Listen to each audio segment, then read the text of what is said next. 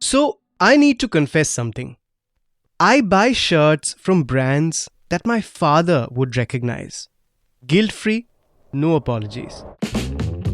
Because I'm a millennial, we invented brand loyalty programs and we actually use them. We have favorite airlines, favorite brands of chips and ketchups, perfumes, and jewelry. We stick to those brands, we defend them. Anything else is a risk. Yes, I'm that generation. But the 23-year-olds I work with, their shopping carts are filled with names I've never even heard of. Last Night Jewelry, Wellbe, Conscious Chemist, XYXX. My first instinct is always, are these even real brands? And their response, are Zara and H&M even relevant anymore? So here's the thing, these youngsters aren't even being rebellious. They genuinely do not see the point of established brands. Legacy is a lie. Heritage is obsolete.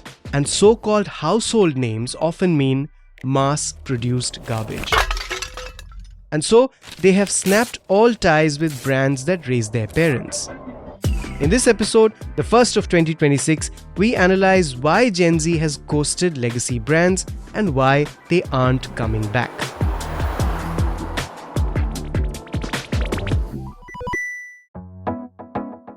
It's Friday, the 2nd of January. I'm Anirban Chaudhary. This is the Morning Brief.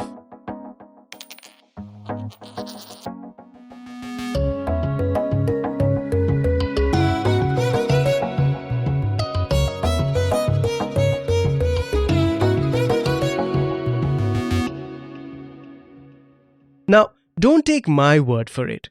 Let's hear it from the Gen Zs themselves, two of whom are my colleagues, all in their early 20s.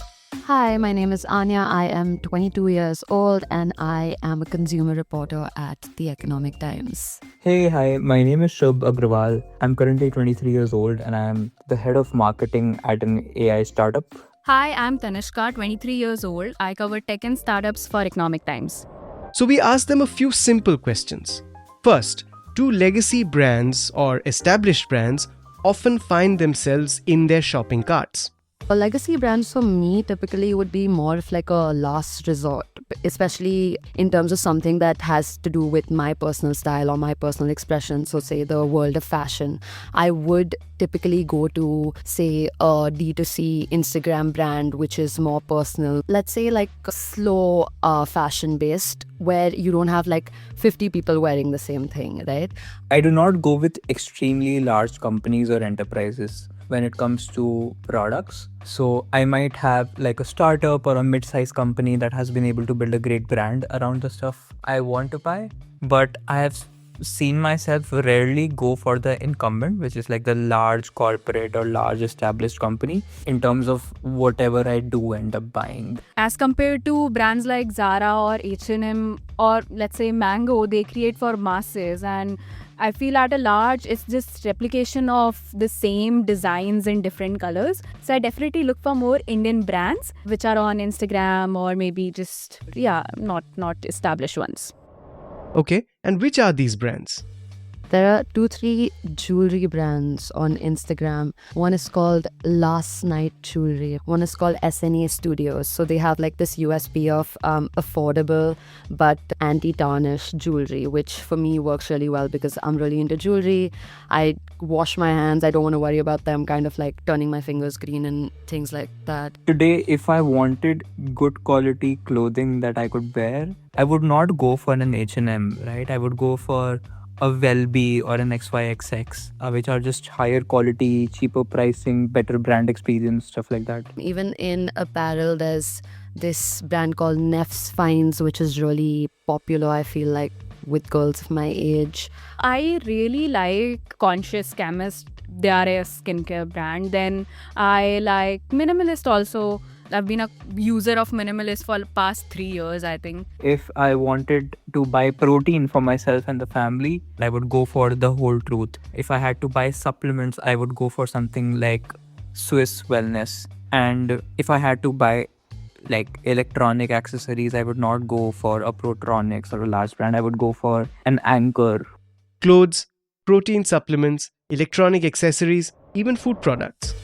I think it does actually happen in the food category, especially driven by quick commerce, because I feel like now it's really turning from more of an intent-based channel to more of a discovery-based channel as well, where you have so many smaller D2C brands that have kind of put their inventory there, where you have kind of connected with their brand on social media, seen an ad, but when you're going on, say, your Swiggy or your Zomato, when you see like that product there, you're so inquisitive to try it out because it has all the USPs that would kind of check all your boxes in terms of health or variety or a specific ingredient that's been really big in the market.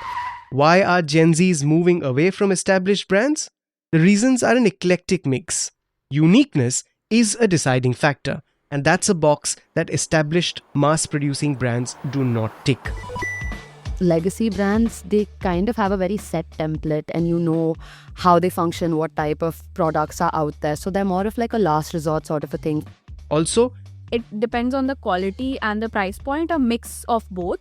So a new brand which is offering the same quality and with a different price, like a little less price than the brand I am loyal to, then I would definitely like to try that brand. I don't remember when was the last time I bought something from Zara because it has become really expensive.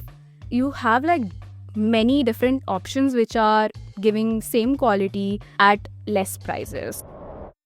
and this is a generation that has a lot of influences and options to help them get the best of both price and quality. It wasn't like my parents' generation was not keeping up with trends. It was just that they were not influenced with a lot of people around them telling that you should follow XYZ type of fashion, or they were not the ones just scrolling randomly on Pinterest to figure out that what next they should be wearing. And I feel like my age group at this point is so savvy about this as well, where like we're spoiled for choice. Everything is on the internet. You will find dupes of luxury brand on Instagram for much lesser, and you have 5 different channels where you can kind of compare the product and take your pick. Another big reason for shunning big brands? It's a problem of trust for me, because the common pattern I've personally seen is that when a brand goes from like a niche brand that wants to build on trust and have a certain brand philosophy, and then they become a large company or get acquired by a larger company, they move away from the very spirit of the thing they started out with, and they become more mass produced. They try to make margins better by hindering the quality or reducing the quality of the product, and it also takes away the soul of the company in most cases, which means just buying from a larger brand is not a great experience at all. And so, experience and personalization are big draws that bring Gen Zs to newer, smaller, nimble-footed brands. I feel like smaller brands right now are doing a good job of giving such a personalized experience to the consumer, where I get a mail saying, "Oh, hope you liked your product," which a legacy brand does not have the scope to do at this point, right? I've spoken to brands saying, "Oh, it's my birthday coming up and I really wanted this dress, but it's in 2 days," and they've like gone out of their way to make sure it comes to me. So that's sort of a personal connect where you're not just trying to sell me your products and push your products on me, but really sell me your story. I think that works better. And even in terms of, say, if I've heard of a small brand from my friends and family, which is really good, they will still have to check my personal boxes before I just believe them blindly. Of course, it's not like these youngsters do not go to established brands at all. So in cases where there's a need of a great post-purchase experience, I would go for a brand name that has a lot of service centers, support. So it might be banking, insurance, health, vehicles, electronics. All of these are things where I would be a lot more comfortable going with a bigger brand than going with a small player. But it may be a matter of time for these product segments as well. Overall, 2 takeaways from this conversation. 1, established brands are not keeping up in product or in communication. 2, brand loyalty in any form is dying. I feel like just because you've been in my family for such a long time does not really mean that you are kind of checking my boxes. You still have to sell yourself to me as a direct customer. But The second that I have a bad experience in modern trade or through online channels, I feel like it really, like the cracks start showing and you then just easily jump to the next thing. Right, so we have established that Gen Z has commitment issues, at least when it comes to brands. But is this irreversible? To understand this deeper, I spoke to Santosh Desai, brand consultant and founder of Think9 Consumer Technologies. I started by asking him if he really thinks Gen Zs hate brands. I don't think Gen Z hates brands. I don't think that's true at all. I just feel that the kind of brands that have historically dominated the landscape are steeped in an ethos and a culture and a vocabulary that puts off, I think, younger people, Gen Z in particular. I think because they're steeped in this whole idea of their own self-importance, sort of an entire kind of a feeling of inauthenticity. There is corporate speak. There is a certain very painfully self-conscious kind of a way of presenting themselves to people. Because these are all brands that have grown up in the era of advertising, where it was where you seduced consumers, where you told them stories, and where you magnified your importance in their lives, and all of it, which fundamentally was fake. And that's what advertising always was. It was, I mean, it was transparently fake. If there was any honesty in it, it was that. I think that is what people and the Gen Z is reacting to that kind of fakeness in those brands. Absolutely. But do you think it's a phase or do you see it as an actual cultural shift? I mean, of course, the Gen Z is averse to brands, but will Gen Alpha and future generations be as well? Is it therefore here to stay? I think it's a fundamental structural shift because the shift is based on a shift in media and a shift in technology. This is not something that has happened by itself. This is a product of the fact that now, since there are so many messages, everybody has the right to broadcast. Something that has never happened before in human history, and where fundamentally with the surfeit of messages that are being thrown at you, we've had to develop very strong filters of being able to filter out noise and become much more savvy when it comes to decoding messages. And the other thing that everybody has learned is the fact that all intent is suspect. Whatever anybody is saying, fundamentally you have to first challenge it, because you don't know what is real, you don't know what vested interest somebody comes from. In a situation like this, structurally, the old way of being able to say anything and get away with it, or intrude in somebody's home through advertising and through brute force, sort of make your presence felt, I think those days are gone. That is the structural shift. And the fact, therefore, when they seek authenticity, it is because they are looking for that in everything around them, because there is so much of the opposite that is happening. So I think that shift is not a phase. There is a more fundamental structural shift that has happened, which we are not going to be able to rewind. Got it. So, trust and authenticity, or the lack thereof, are clearly big reasons. But then there is another interesting trend wherein these youngsters they trust individuals rather than faceless brands or the faceless sellers of the products. Now, if all intent is suspect, the influencers are also selling for views and ultimately money, ironically from the same brands that they are selling on reels, etc. Then why this trust? Why does this generation trust these individuals, these influencers? I think it has to do with how institutions and brands have conducted themselves, and therefore they become synonymous with the idea of even larger ideas of exploitation, of the fact that they have used their dominant position to their own advantage in a way that is very transactional. And I think individuals, at least there is their humanity is clear. There is a reciprocity there. There is a sense of somebody having something at stake when they put themselves on the line. There is that sense of having something As at stake consumers also, they're talking as users as well. as users. And and the fact that they're much more relatable. They are somebody, they are people like you, dealing with a world like yours and making their way in it. You don't trust every individual. You trust the individual who appeals to you, who speaks to your values, who connects with the way you think. So it isn't as if in a blanket sense any individual you trust and any brand you don't. Okay, Santosh, now we've spoken about communication and what's the problem with it. But then Gen Z seem to also have an intrinsic problem with the products. their lack of uniqueness, of personalization. Do you think that's happening? Yes, that is happening. And I think, again, I would pull back a little bit and look at the underlying phenomenon here. I think the underlying shift that is happening is a shift in terms of what identity means and how do you sort of arrive at a coherent identity for yourself. I think in today's day and age, constructing identity has become extremely complicated. Earlier, you were born somebody. I mean, I came from a generation who was born somebody. I was born in a caste, in a community, in a certain kind of a economic strata. And my script broadly, you would go to a good school, good college, you do, a corporate job. I mean, that was my script, right? And didn't have to present myself at any forum to say, who am I? I didn't have to explain myself to anybody. Today, you have to explain yourself on a minute by minute basis. You're on social media all the time. You constantly have to curate yourself. You have to become somebody. And you have to become somebody by not only big acts like saying, I cracked the cat or I became a doctor.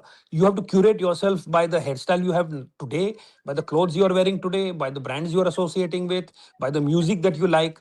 Your every single act is a pixel in this whole complex job of constructing yourself, and that must change day by day. It must upgrade, and it gets evaluated ruthlessly by all people. Now, so therefore, fundamentally, what is happening is that everybody individual is a brand. You're looking for your own uniqueness. And when you look for uniqueness, then mass brands that feel commodified and that are speaking to a large swath of people in one go feel undifferentiated. They don't feel specific enough. They don't feel like they are speaking in my voice. And therefore, the product voice also, you don't want the same old thing that everybody else is having, that your parents were having. So, this idea of specificity that aligns with who I am uniquely is a search that is fundamentally one reason why you're looking for new experiences, and the old just doesn't cut it. But that would mean, like for instance, something like a soul store, right? It started unique and then became somewhat mainstream. So the moment these brands, which come to the market with a unique selling point, become massy, the young consumer will shift. So brand loyalty itself is fading away, don't you think? Yeah, absolutely. And as you know, in my view, it should be. Look, brand loyalty is fundamentally another word for inertia. And the inertia that came because of the fact that, legacy players had everything in their favor. They had distribution that could not be challenged. They had access to capital, they had access to talent, and they had access to technology. Fundamentally, that playing field has leveled. Everybody has access to capital today, thanks to the VC ecosystem. Distribution, thanks to the internet, everybody has access to distribution, right? And talent has more and more of the brightest people are actually going to startups. In that kind of a leveling of a playing field, the advantages that you had of an earlier time are gone, and therefore what we call loyalty was the fact that people were unable to move, and that therefore you could keep dishing out the same thing over decades in the name of brand continuity. Today you can't, and today if the brand shifts and the brand stops meaning what it means to Gen Z, you fall out of favor. So meaning is the most important thing. It has always been, but I think it has become much more clear now that what is being looked for is meaning that aligns with my values and with who I am. If you get that right, and if you keep evolving along with Gen Z or whatever is your preferred target group, then you are fine. If you don't, then you're not. Finally, Santosh, what do you think a Gen Z friendly brand in 2026 will look and sound like? I think something that has a unique personality, has some rough edges, takes chances, and therefore has this characteristic that has personality. And, that to me is the most important thing. Being able to take positions that are not mainstream, being able to dislike things, not just like things, stand against things, not just stand for things. I think these are some of the things that would characterize a Gen Z brand today. Santosh, thank you so much for joining us. Thank you. My pleasure. And wish you a very happy new year. Same here, everyone. Have a great new year. So, as Santosh said, brand loyalty did not die. It was never alive to begin with. Gen Z did not kill it. They just stopped pretending. They looked at decades of corporate theatre, advertising faff, and mass-produced commodities and said, yeah, no thanks. I'll take the Instagram brand with 47,000 followers that sends me my corset exactly when I want it with a handwritten birthday note. And the brutal truth? They're not coming back. Not for nostalgia, not for your heritage story, not for that celebrity endorsement you spent crores of rupees on. So if you're a legacy brand, this might be a wake-up call for you. And if you're a young D2C brand that this generation trusts, keep doing what you're doing. Just don't follow a script.